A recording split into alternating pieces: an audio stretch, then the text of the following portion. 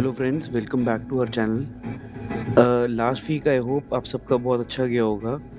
हम लोगों ने अभी 1-2 दिन पहले एक अपनी एड फ़िल्म छोटी-सी बनाई थी, वो डाली थी। उसका लिंक मैं डिस्क्रिप्शन में ज़रूर डाल रहा हूँ, do check that video out. हमने बहुत मेहनत करके वो वीडियो तैयार करी है। अब आते हैं आज के एपिसोड पे। इस वीडियो में हम लोगों ने अपनी फ्रेमिंग स्टार्ट करी, जो कि हमारी साइड की वॉल्स की थी। फ्लोर की हमारी हो चुकी थी, रूफ़ की हमारी हो चुकी थी। अब हमारी बारी थी साइड की फ्रेमिंग करने की, जिसके लिए हमने बैटन्स यूज़ करे। एंड इन पे जो ये कट्स अभी हमने लगाए हैं, वो इसलिए लगाए जाते हैं ताकि वुड जो है वो बेंड के चांसेस उसमें बढ़ जाते हैं। तो अगर हल्का-सा भी कर्व है या कहीं पे इस तरह का कर्व रहता है, वहाँ पे हमें ये मेथड यूज़ करके वुड को बेंड करना होता है, और स्क्रूइंग करने में भी काफ़ी मदद रहती है इसकी वजह से।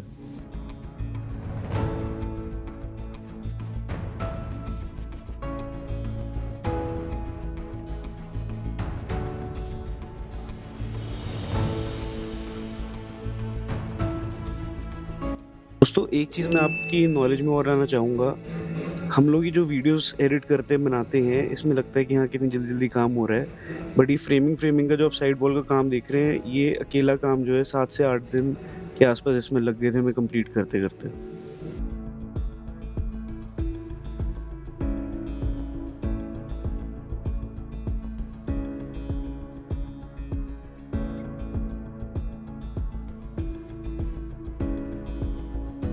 दोस्तों, इस टाइम पे हमारी बारिशों का मौसम चल रहा था और हमारे एक फ़ैन के अंदर थोड़ा-सा लीकेज इश्यू आ रहा था, तो हमने पानी डाल के उसको चेक कर लिया था कि कहाँ-कहाँ पे हमें सीलेंट फिर से लगाने की ज़रूरत है। तो हमने वो लगाया, उसको ड्राई करने दिया, क्योर होने दिया, and it was all good again. And अभी हम लोग क्योंकि इंसुलेशन भी करने वाले हैं, जो रॉकवूल की हमारी रहती थी, एंड फाइनली हमारी पूरी पैनलिंग होनी है इस एपिसोड में। तो हम जितने भी हमारे फैन्स लगे हुए थे, उनको हम टेस्ट कर रहे थे अपनी गाड़ी की बैटरी के साथ ही, क्योंकि वो 12 वोल्ट के फैन्स थे, तो हम डायरेक्ट बैटरी पे उसको चेक कर सकते हैं, और हमारे फैन्स सारे परफेक्टली सही चल रहे थे।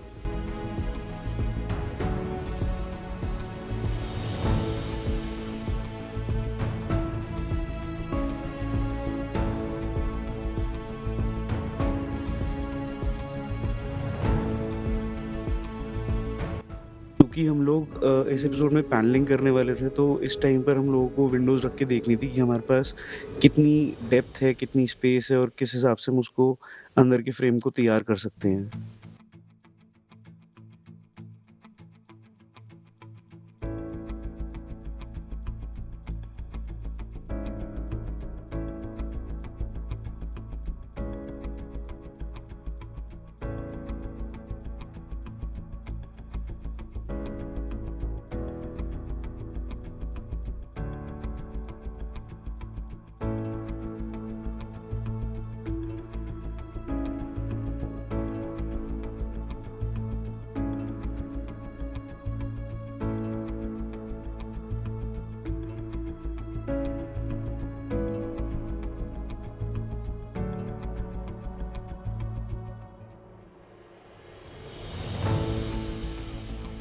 अपनी जो ये गोल वाली विंडोज़ है, जिनको हम पॉट होल विंडोज़ बोलते हैं, तो ये हमारी 4 थी, जिनको हमने सेम कॉन्सेप्ट से तैयार किया था, जो अंदर के फ्रेम्स हैं। तो एक ही बार आपको फर्मा बनाना है, तो प्रोसेस थोड़ा-सा ईज़ी हो जाता है बाकी 3 विंडोज़ के लिए।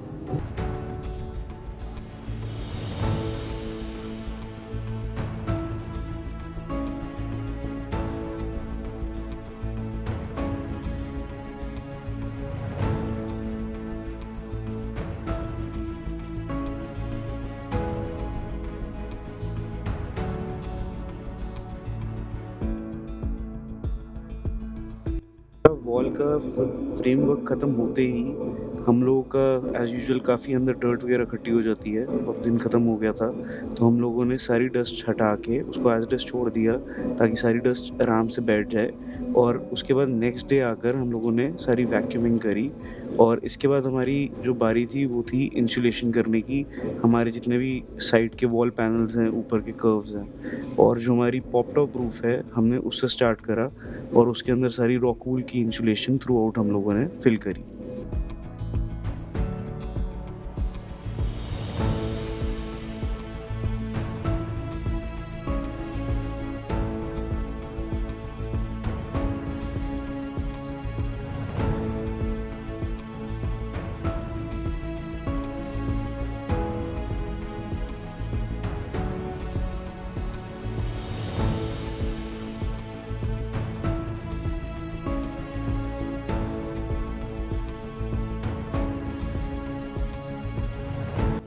दोस्तों, एक चीज़ आप लोगों की निगाह में और कराना चाहूँगा कि जब भी अगर आप ये काम डीआईवाई कर रहे हैं और रॉकवूल को इंस्टॉल कर रहे हैं, पेस्ट कर रहे हैं अपनी वैन के अंदर या किसी भी जगह पे, always try to wear gloves. आपकी स्किन कम से कम एक्सपोज़ होनी चाहिए बिकॉज़ इसके अंदर बहुत बारीक ग्लास के पीसेस होते हैं पाउडर टाइप एंड वो बहुत आपके बॉडी पे इचिंग कर सकते हैं। तो make sure that you are safe enough to handle this rockwool.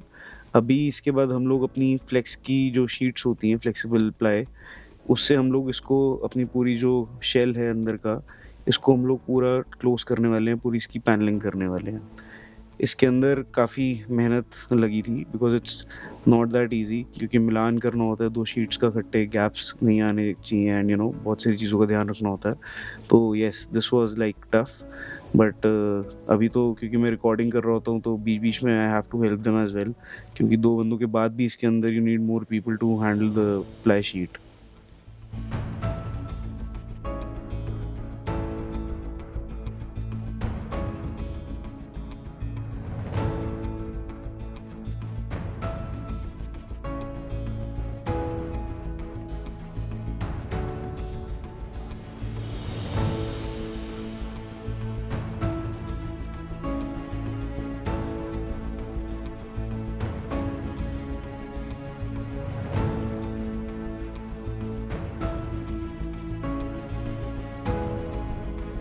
Also बहुत ज़रूरी होता है कि जब आप फाइनल पैनलिंग कर रहे हैं, तो जहाँ-जहाँ पे आपके कंपोनेंट्स आने हैं, जहाँ-जहाँ पे वायर है, इंसुलेशन करते हुए गलती से भी कोई वायर दब गई या रह गई अंदर कहीं पे भी, तो वो आपके पैनल में से बाहर नहीं आने वाली बिकॉज़ वो पहले ही अगर इंसुलेशन में दब गई है, तो एट द एंड आपको ध्यान रखना है कि आपकी जितनी भी वायर्स हैं, वो सब एक्सपोज़्ड हों। पैनलिंग करने से पहले हर जगह पे यू शुड नो कि आपने कहाँ-कहाँ से क्या-क्या तार निकालनी है।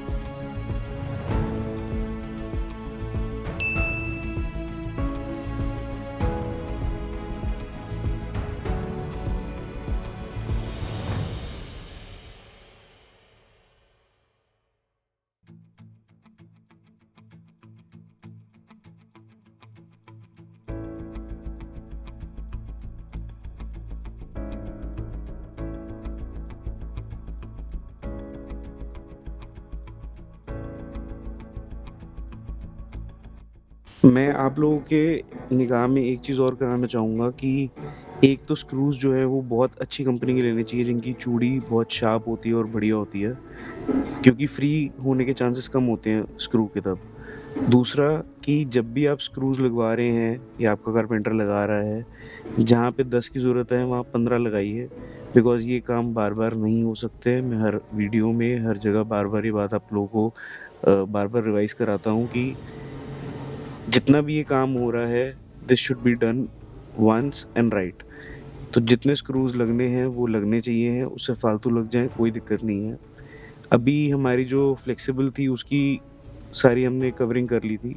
इसके बाद हमारे प्लाई बोर्ड्स होते हैं, तो प्लाई बोर्ड्स लेकर हम लोगों ने जो साइड के नीचे स्ट्रेट वॉल्स हैं, हम लोगों ने उसके भी सारे जो आउटलेट्स बाथरूम के आने थे या किसी भी चीज़ के आने थे, वायरिंग आनी थी, उसके होल्स करके और हम लोगों ने उसको भी फिक्स करना शुरू कर दिया था।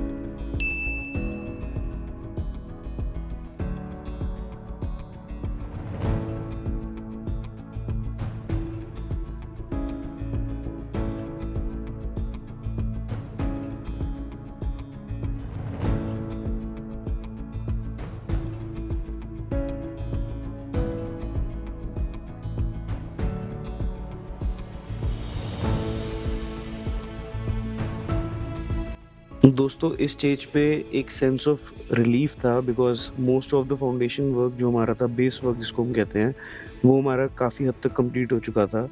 But still there was a long way to go. अगर हमारी वीडियोज़ और बिल्ड सीरीज़ आप लोगों को अच्छी लग रही हो, please do share, subscribe and like. Thank you for watching.